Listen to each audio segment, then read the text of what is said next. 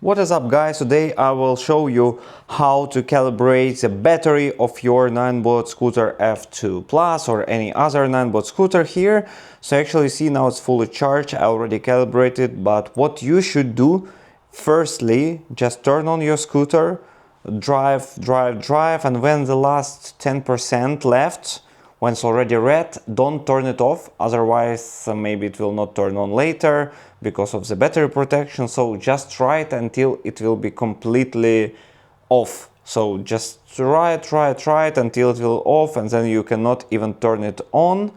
Then connect it to your charger and just charge it from 0 to 100 without any interruption.